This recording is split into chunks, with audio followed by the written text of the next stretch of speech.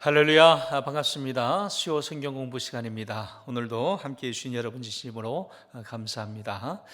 늘 우리 말씀을 또 사모하고 또 말씀을 배우고 묵상하고 또 말씀을 내 안에서 저장해서 그 힘으로 또 하루하루를 행할 수 있는 저와 여러분 경관 그리스도인으로 세워지는 길인 줄 믿습니다.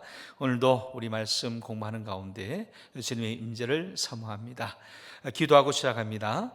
존귀하신 아버지 하나님, 은혜를 감사합니다. 오늘도 주님의 말씀 앞에 서기를 원하오니 영의 양식으로 공급하여 주시옵소서. 말씀 가운데 진리를 깨달아 알게 하여 주시고, 말씀 가운데 생명의 능력을 얻게 하여 주시고, 말씀 가운데 우리 인생의 방향을 찾을 수 있게 하여 주시옵소서. 이 한 시간 온전히 주님께 모든 것을 의탁하옵고 예수님 이름으로 기도하옵나이다. 아멘. 나는 전능하신 아버지 하나님 천지의 창조주를 믿습니다. 나는 그의 유일하신 아들 우리 주 예수 그리스도를 믿습니다. 그는 성령으로 잉태되어 동정녀 마리아에게서 나시고 본디오 빌라도에게 고난을 받아 십자가에 못 박혀 죽으시고 장사된 지 사흘 만에 죽은 자 가운데서 다시 살아나셨으며 하늘에 오르시어 전능하신 아버지 하나님 우편에 앉아 계시다가 거기로부터 살아있는 자와 죽은 자를 심판하러 오십니다. 나는 성령을 믿으며 거룩한 공교회와 성도의 교제와 죄를 용서받는 것과 몸의 부활과 영생을 믿습니다. 아멘. 함께 찬양하십시다. 찬송가 211장입니다. 찬송가 211장 함께 찬양하십니다.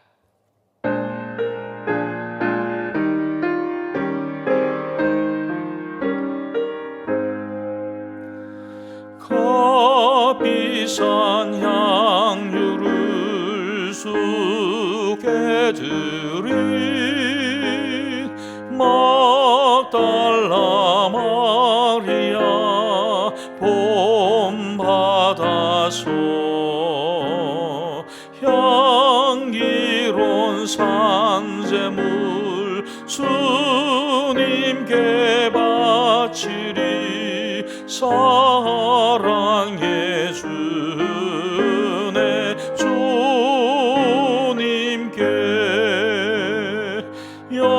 연약한 자에게 힘을 주고 어두운 세상에 빛을 비춰 성실과 인내로 내 영세 이끌리 사랑해 주네 주님께 두려운 마음에 소망 주고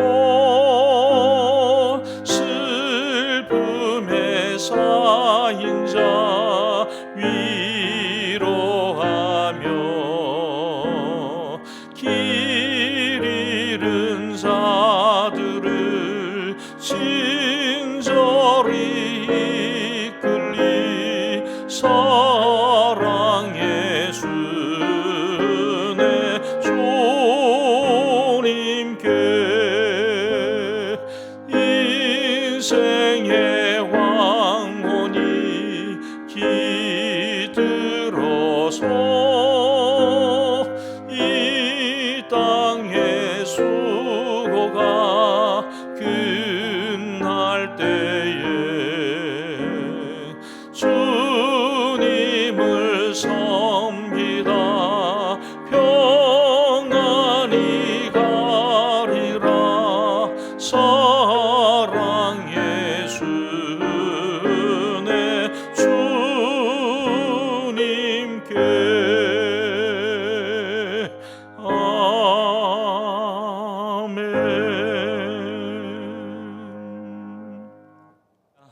오늘은 제 44과입니다. 44과 우리 복음의 사람 중에서 또 새로운 시리즈가 시작되어졌는데, 주제는 끝까지 물고 늘어지는 그리스도인이라고 하는 조금 더 적나라한 표현을 썼는데요. 끝까지 물고 늘어지는 그리스도인, 즉 끈기 있는 그리스도인, 의지력이 있는 그리스도인이 되자라고 하는 그런 말씀 되겠습니다. 그래서 몇 주에 걸쳐서 이 주제 가지고 함께 우리가 나누게 될 텐데, 오늘은 그 첫 번째 시간으로 우리가 그리스도를 얻기 위해서는 다 버릴 수 있다는 의지가 있어야 된다라고 하는 그런 주제가 되겠습니다.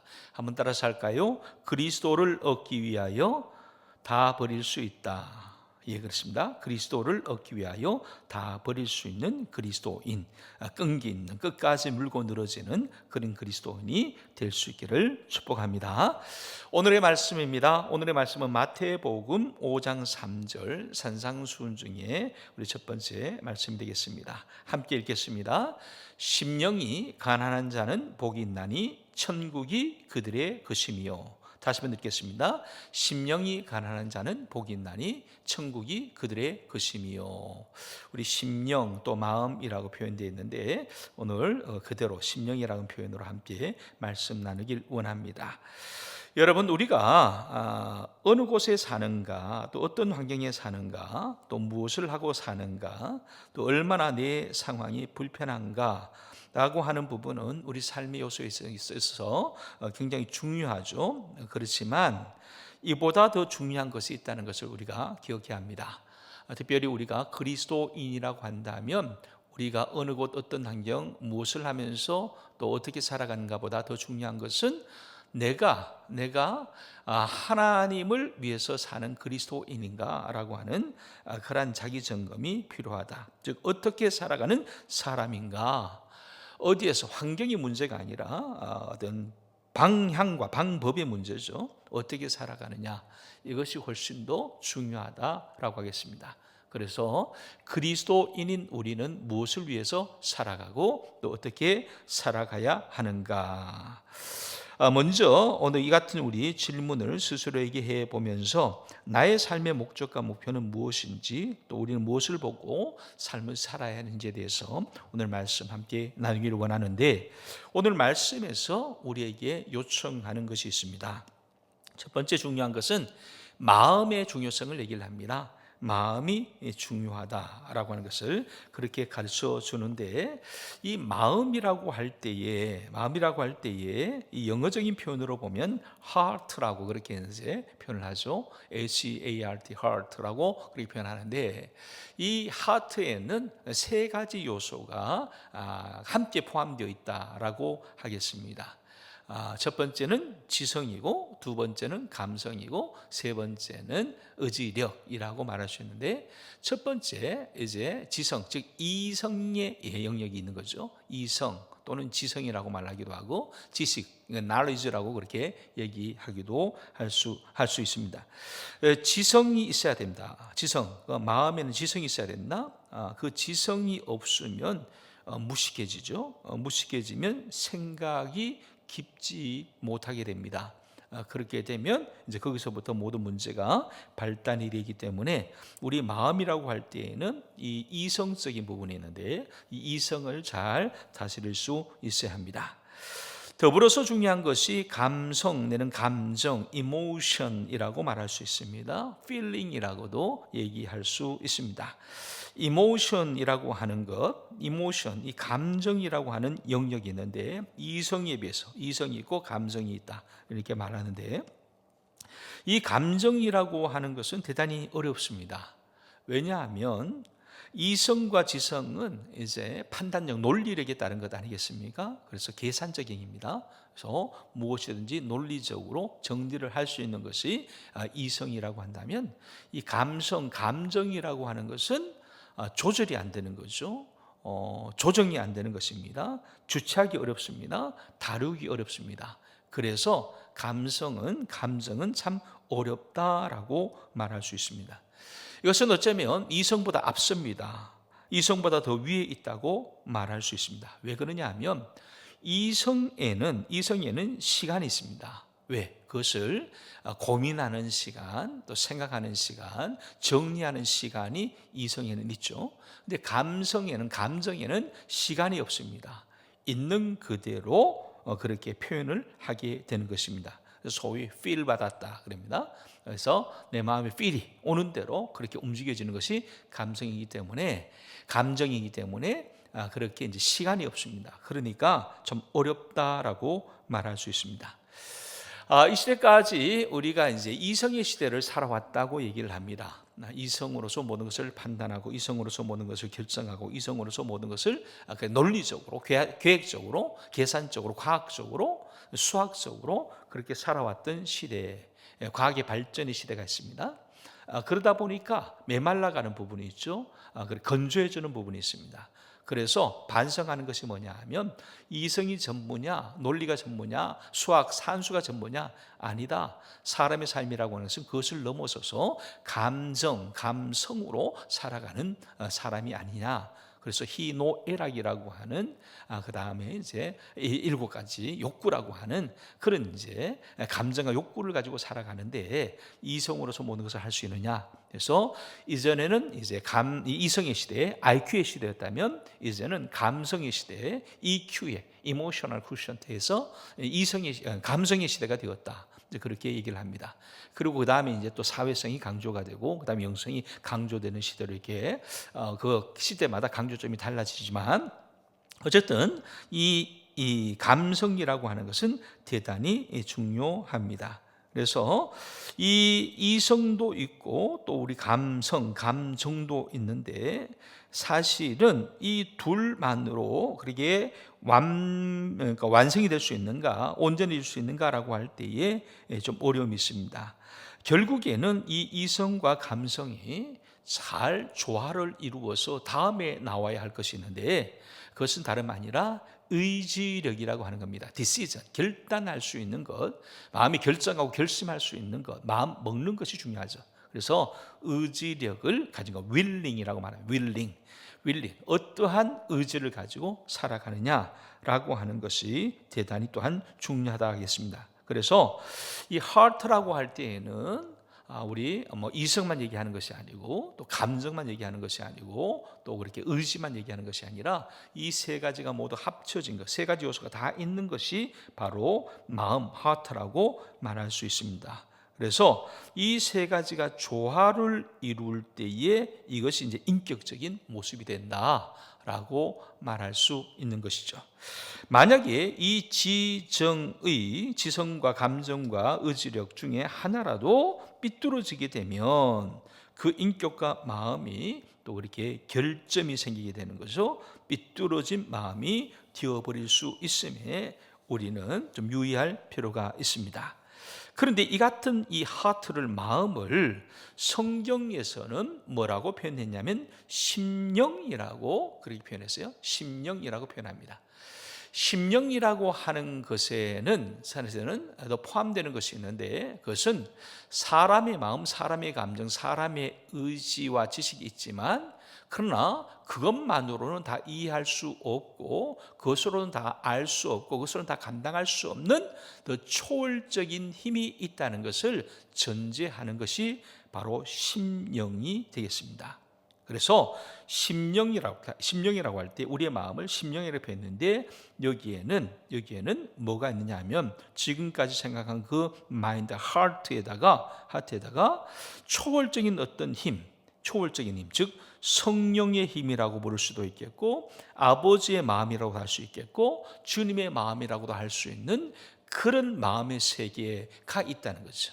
그래서 그것을 다 포함을 해서 심령이다라고 하는 이제 그런 개념이 된다라고 하겠습니다. 그래서 우리가 영어로 어떻게 표현을 하든지 간에 거기에 우리가 심령이라고 말하는 성경적인 의미는 우리가 생각하는 지정의에다가 하나님의 마음이라고 하는 것이 포함되어 있다라고 그렇게 볼 수 있겠습니다. 그래서 우리가 이제 마인드 컨트롤이라고 하는 그런 표현을 씁니다. 우리의 마음을 스스로 다스린다라고 하는 이제 그런 의미인데, 그렇지만 우리가 그렇게 마인드 컨트롤을 스스로 할 수 있느냐, 다 감당할 수 있느냐 라고 말할 때에 우리는 그것이 불가능합니다. 왜냐하면 우리가 한계 때문에 그렇습니다. 우리의 마음을 진정으로 컨트롤할 수 있기 위해서는 무엇이 필요하냐? 초월적인 힘이 필요합니다. 초월적인 능력이 필요합니다. 그래서 그 주님이, 하나님이 주시는 능력이 필요합니다. 그래서 이 심령이라고 할 때에는 마인드에다가 소울이 이제 포함된다고 말할 수 있습니다. 그래서 하나님의 마음, 하나님께서 주시는 마음이 우리 가운데 있어야 된다라고 하는 거죠. 여러분, 이 마음은 참 중요합니다.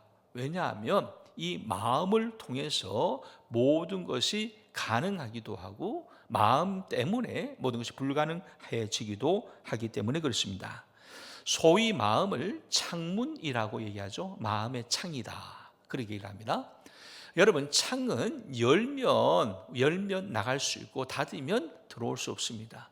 우리 창을 열게 되면 바깥 세상이 나의 것이 됩니다. 근데 창을 닫아버리면 밖의 세상이 보여도 내 것이 안 되고 차단이 되어집니다.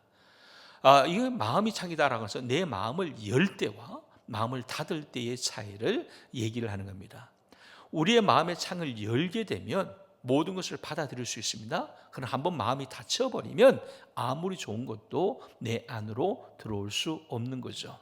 그래서 마음을 열고 보게 되면 아무리 미운 것도 곱게 느껴지고, 마음을 닫아버리면 아무리 좋은 것도 나와는 상관없는 것이 되어버린다라고 하는 그런 뜻이 되겠습니다. 그래서 이 마음이라고 하는 건, 하트라고 하는 것은 대단히 중요합니다. 대단히 중요한데, 그러면 이 마음이 어때야 되는가? 이 심령이 어때야 되는가? 라고 할 때에 오늘 성경이 우리에게 가르쳐 주는 것은 그 심령이 가난한 사람이 복이 있다, 그런 얘기를 합니다. 심령이 가난해야 된다라고 하는 거죠. 그리스도인의 마음은 어떤 상태가 되어야 하는가? 주님께서는 오늘 우리에게 마음이 가난한 마음이 가난한 사람이 되어야 복이 있다고 말씀하십니다. 자, 여기에서 우리가 가난이라고 하는 것을 좀 생각해 볼 필요가 있는데, 가난이 뭘까요? 이 가난이라는 것은 영어로는 poor라고 얘기하죠. P-O-R, poor이라고 말하는데, 정관사 더를 붙이면 the poor가 됩니다. 즉 가난한 사람 중에서도 아주 불쌍한 사람을 얘기를 합니다.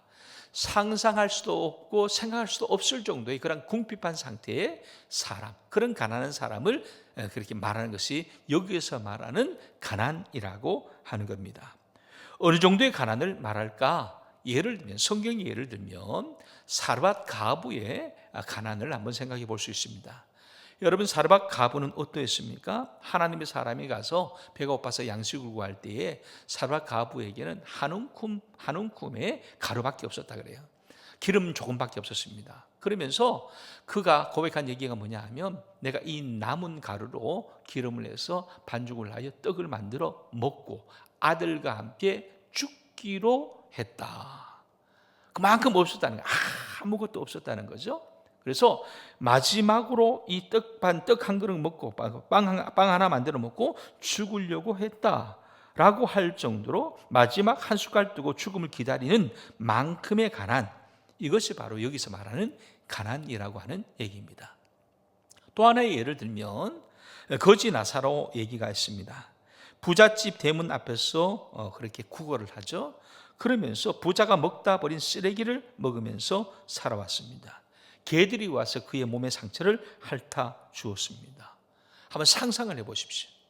그런 나사로, 거짓 나사로, 병이 든 나사로, 아무것도 먹을 것이 없어서 굶주린 나사로, 그저 주인의 집에서 무엇이 떨어지는 것은 없이 구정부로 나오는 것은 없는지 그렇게 전전긍긍하면서 바라보아야 했던 그 가난이 바로 오늘 여기서 말하는 가난인데, 우리의 심령이 그러해야, 그런 가난이 있어야 복이 있다라고 하는 얘기입니다.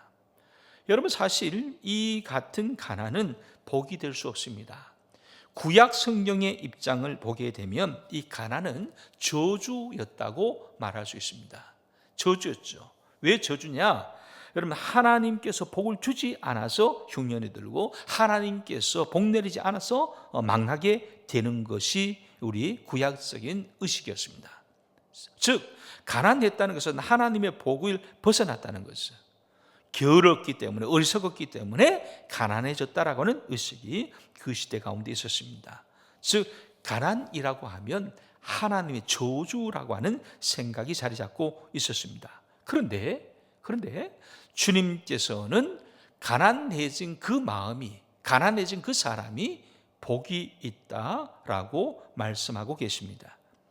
이 말씀이 우리에게 주는 의미는 뭘까?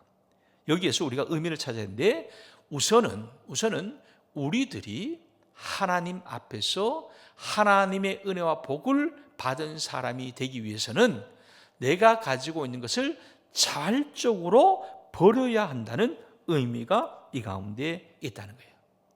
그것이 바로 성경이 말하는 가난한 마음, 가난한 심령이라고 하는 얘기입니다.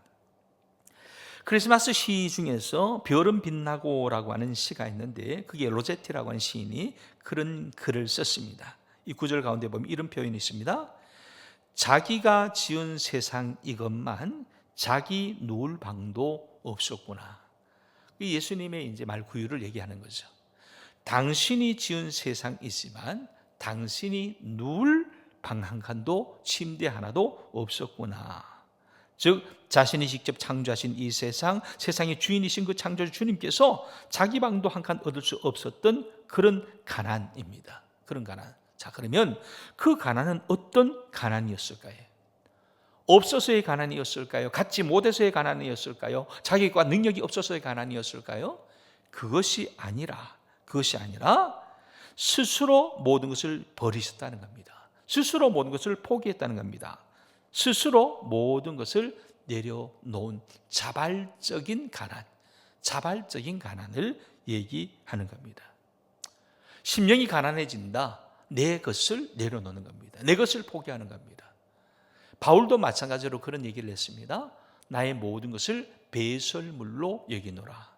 지금까지 내가 쌓아왔던, 내 안에 마음에 쌓아왔던 부요함들, 지식들, 경험들, 사상들, 철학들, 내가 가지고 있었던 어떤 신앙심, 이 모든 것들 또한 모든 것을 배설물로 여겼다. 스스로 가난하게 되었다 라고 하는 그런 차원에서의 가난해진 마음을 얘기를 합니다.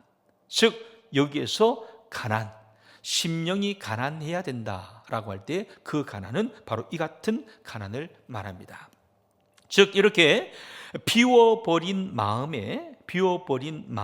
이것이 첫 번째고, 두 번째는 뭐냐 하면 이같이 비워버린 마음에 내 것으로 또 내 세상적인 것으로 또 다른 어떤 것으로 사람이 주는 그 무엇으로 채워지기를 원하는 것이 아니라 하나님만이 주시는 하나님의 은혜, 하나님의 사랑, 하나님의 자비하심으로 채워지기를 간절히 바라는 마음, 그 마음이 바로 심령이 가난한 자의 마음이다라고 하는 것이죠. 즉 마음이 가난하다, 심령이 가난하다, 나의 모든 것을 비우는 가난이에요. 또한 그 마음에 채우되 내 것으로 채우는 것이 아니라 하나님의 것으로 채우고자 간절한 마음, 열정, 이것이 바로 가난한 심령이다라고 하는 얘기입니다. 시편 17편의 고백처럼 나는 의로움 중에 주의 얼굴을 배우리니 깰 때에 주의 형상으로 만족하리이다. 무엇으로 만족할 것인가? 오직 주님만으로 만족하리라는 그 시인처럼 주님 것으로 채워지기를 원하는 그런 마음이 가난이다라고 하는 거죠. 그래서 이 심령이 가난한 자라고 할 때 두 가지 가난이 있는데, 두 가지 가난, 첫 번째는 비우고 버리는 가난이에요. 버리고 비우는 가난. 두 번째는 채우는 가난이다. 하나님의 것으로 채우는 가난이다. 이것을 통해서 가난한 심령이 되고 복이 있게 된다 말합니다. 자, 어떤 복이냐? 그 복을 오늘 말씀이 이렇게 말합니다. 천국이 저희 것임이라 그랬어요. 천국이 저희 것임이라. 여러분, 천국은 복인 줄로 믿습니다. 자, 그런데 여러분, 어떤 천국이 어떤 복인지를 좀 알아야 될 텐데, 천국이 복인 것은 그 시대의 모든 사람들이 그렇게 알고 인정했던 복입니다. 그래서 세베대의 두 아들 야고보 요한이 무슨 얘기를 합니까? 주님의 때가 이르면 하나는 오른편 하나는 왼편에 앉혀 주세요라고 하는 그런 이제 요청을 하게 됩니다. 왜 그런 요청이 했을까요? 즉 하나님의 나라가 이르게 되면, 천국이 이르게 되면 그 주님 때문에, 주님으로 인해서 내가 얻을 게 있다는 생각이에요.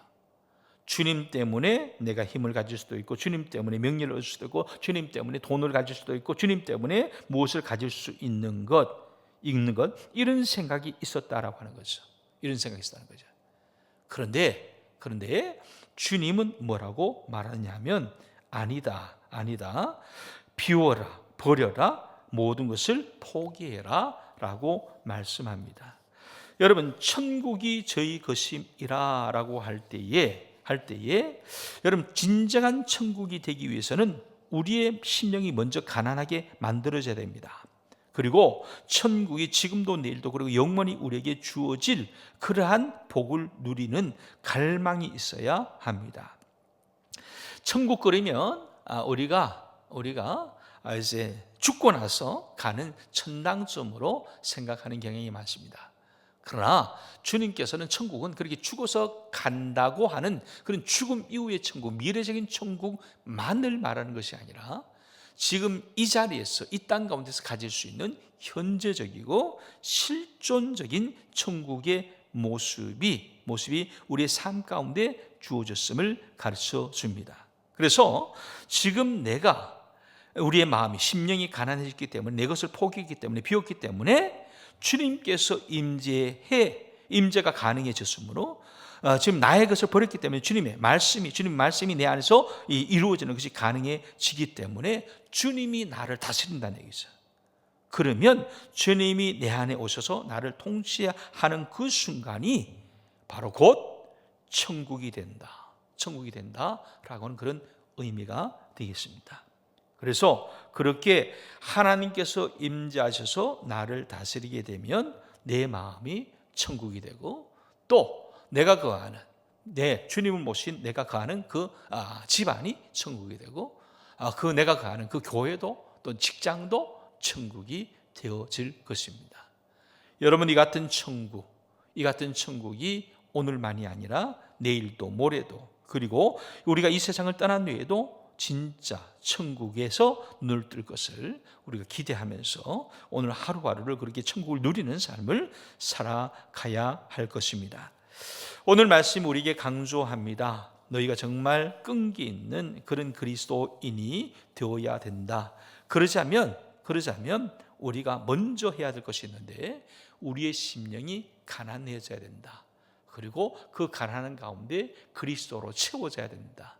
채워질 때에 하나님이 통치하시는 그 세상이 바로 진정한 천국의 길이다, 그리스도인의 길이다라고 우리에게 가르쳐 줍니다.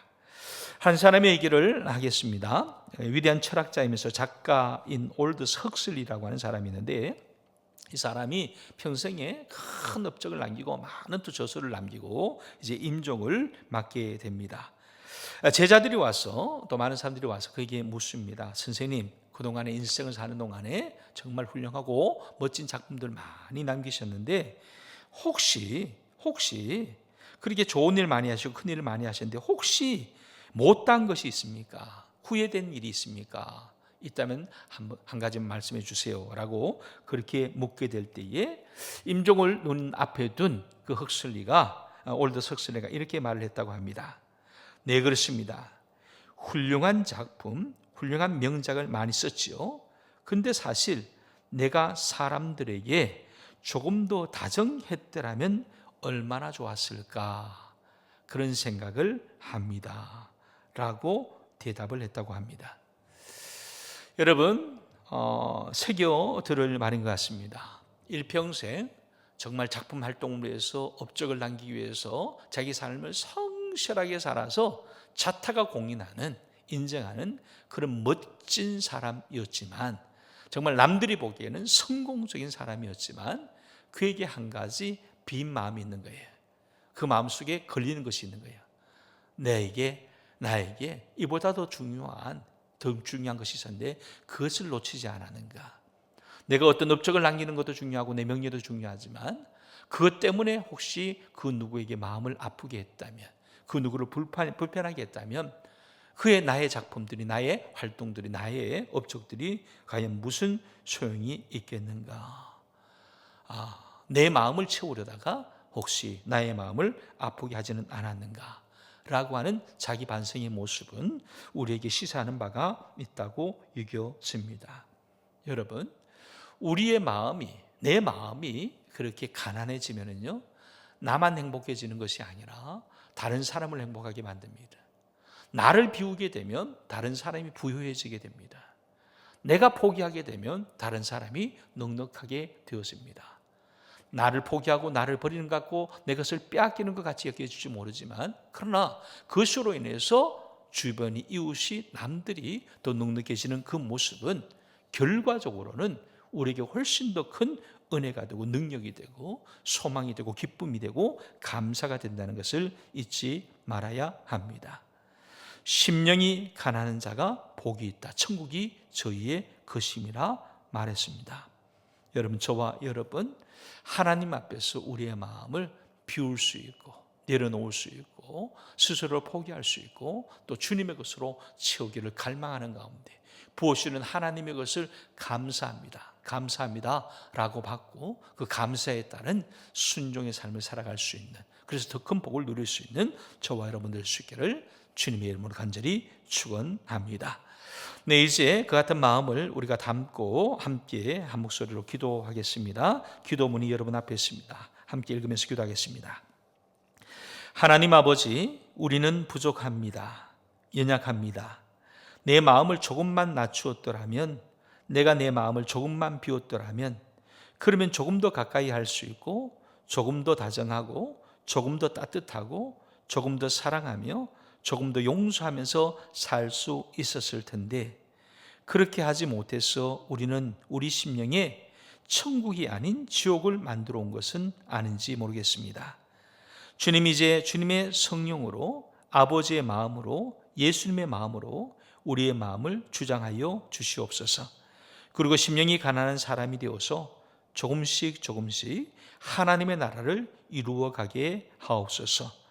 의와 희락과 평강으로 다스려지며 그 모든 은혜를 누리며 살아가는 우리의 삶이 되게 해 주시옵소서. 그렇게 제 심령이 천국이 되어서 가정과 교회와 내 삶의 터전이 천국이 되는 놀라운 복이 오늘 우리 가운데 충만하게 임할 수 있게 하여 주시옵소서. 예수님의 이름으로 기도드립니다. 아멘. 하늘에 계신 우리 아버지, 아버지의 이름을 거룩하게 하시며 아버지의 나라가 오게 하시며 아버지의 뜻이 하늘에서와 같이 땅에서도 이루어지게 하소서. 오늘 우리에게 일용할 양식을 주시고 우리가 우리에게 잘못한 사람을 용서하여 준 것 같이 우리 죄를 용서하여 주시고 우리를 시험에 빠지지 않게 하시고 악에서 구하소서. 나라와 권능과 영광이 영원히 아버지의 것입니다. 아멘.